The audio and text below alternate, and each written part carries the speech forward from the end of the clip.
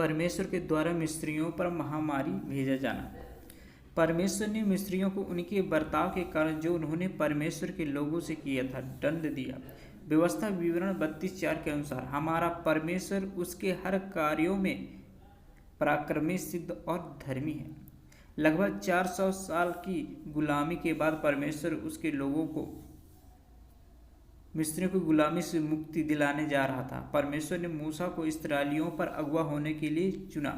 महान परमेश्वर यहोवा अपनी सामर्थ्य को दिखाने के लिए आश्चर्य कार्य करने पर था, जिससे वह फिरौन राजा को इस्राएलियों को आज़ाद करने पर मजबूर कर दे। निर्गमन 4:27-31। तब यहोवा ने हारून से कहा, मूसा से भेंट करने को जंगल में जा। वह गया और परमेश्वर के पर्वत पर उससे मिला और उसको चूमा। तब मूसा ने हारून को यह बतलाया कि यहोवा ने क्या क्या बातें कहकर उसको भेजा है और कौन कौन से चिन्ह दिखलाने की आज्ञा उसे दी है। तब मूसा और हारून ने जाकर इस्राएलियों के सब पुरनियों को इकट्ठा किया और जितनी बातें यहोवा ने मूसा से कही थी वह सब हारून ने उन्हें सुनाई और लोगों के सामने वे चिन्ह भी दिखाए और लोगों ने उनका विश्वास किया। और यह सुनकर कि यहोवा ने इस्राएलियों को सुध ली और उनके दुखों पर दृष्टि की, उन्होंने सिर झुकाकर दंडवत किया। इस्राएलियों ने मूसा के द्वारा कहे हुए परमेश्वर के वचन पर विश्वास किया।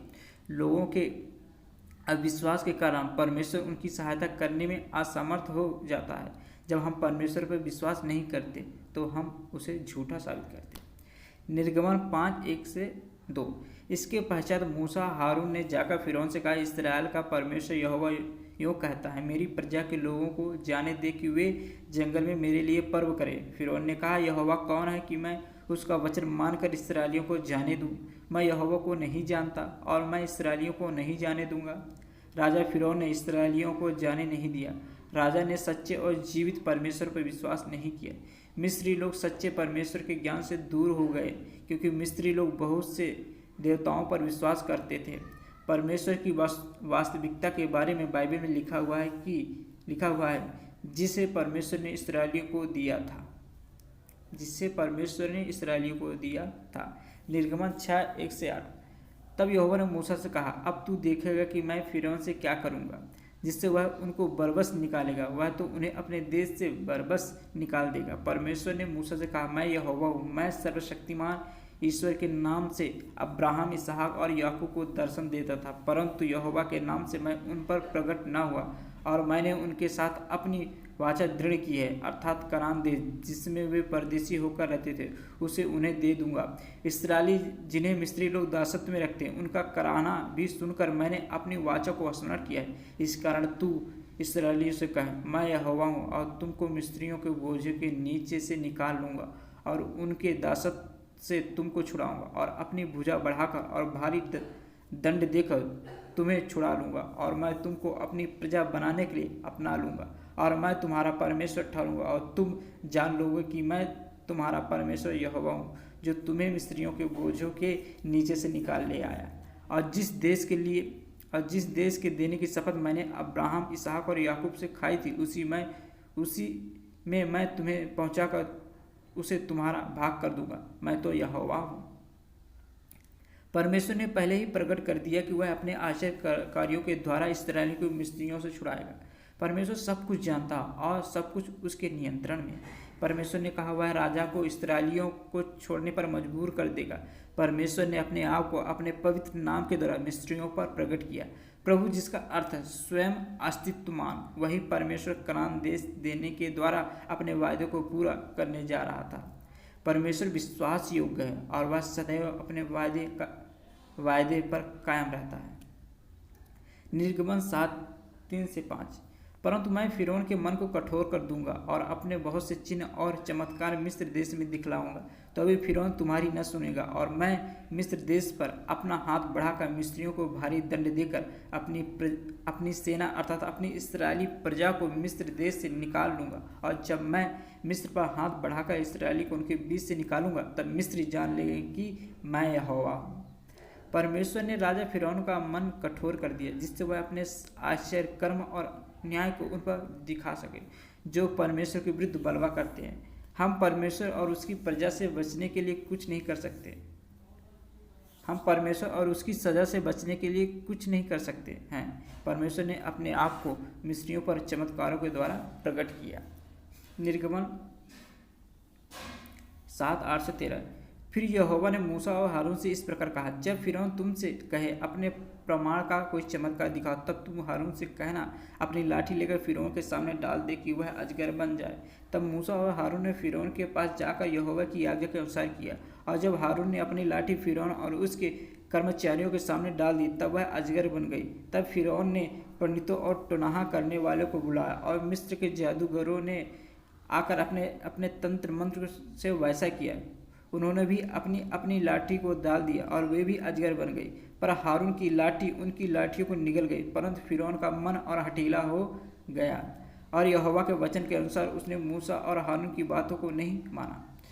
मिस्र के जादूगरों ने शैतान की सामर्थ के द्वारा कुछ चमत्कार किए। परमेश्वर की सामर्थ के द्वारा हारून की छड़ी सर्प में बदल गई, और मिस्र के जादूगरों ने भी शैतान की ताकत से छड़ी को सर्प में बदल दिया, किंतु हारून के सर्प ने उनके सर्प को निगल लिया।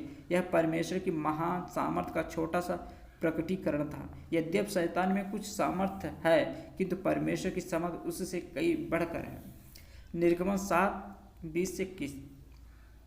तब मूसा और हारून ने यहोवा की आज्ञा के अनुसार किया, अर्थात उसने लाठी को उठाकर फिरौन और उसके कर्मचारियों के देखते नील नदी के जल पर मारा, और नदी का सब जल लहू बन गया, और नील नदी में जो मछलियां भी थी मर गई, और नदी से दुर्गंध आने लगी, और मिस्री लोग नदी का पानी न पी सके, और सारे मिस्र देश में लहू हो गया। जब राजा ने इस्राएलियों को छोड़ने से मना कर दिया, तब परमेश्वर ने अपने आश्चर्य कर्म भयानक महामारी के द्वारा दिखलाना शुरू कर दिया। निर्गमन 7:20-21। पानी को रक्त में बदलना।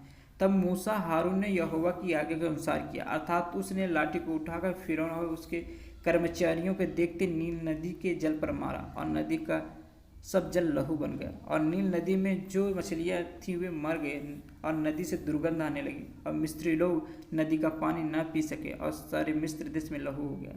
निर्गमन 8:5-6। बहुतायत से मेढकों का फैलना।